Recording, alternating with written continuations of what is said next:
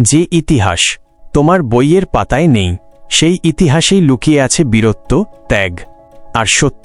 আমরা জানি না, কারণ আমাদের শেখানোই হয়নি, কিন্তু আজ আমি তোমায় সেই অজানা ইতিহাসের দরজা খুলে দিচ্ছি। তোমার বইতে লেখা নেই বিপ্লবীরা ইংরেজের জেলে কেমন পশুর মতো নির্যাতিত হতেন। তাদের খাবারে থাকত পচা ভাত, লাঠির আঘাত ছিল নিত্যদিনের সাথী।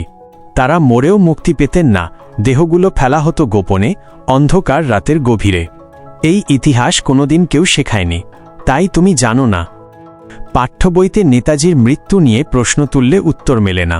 কেন এত বছর পরও তার অন্তর্ধান রহস্যই থেকে গেল? সুভাষচন্দ্রের মতো নেতাকে কাদের ভয় ছিল এত? এই প্রশ্নগুলো ছিল বাস্তব, কিন্তু বাস্তবকে চাপা দেয়া হয়েছে পরিকল্পিতভাবে।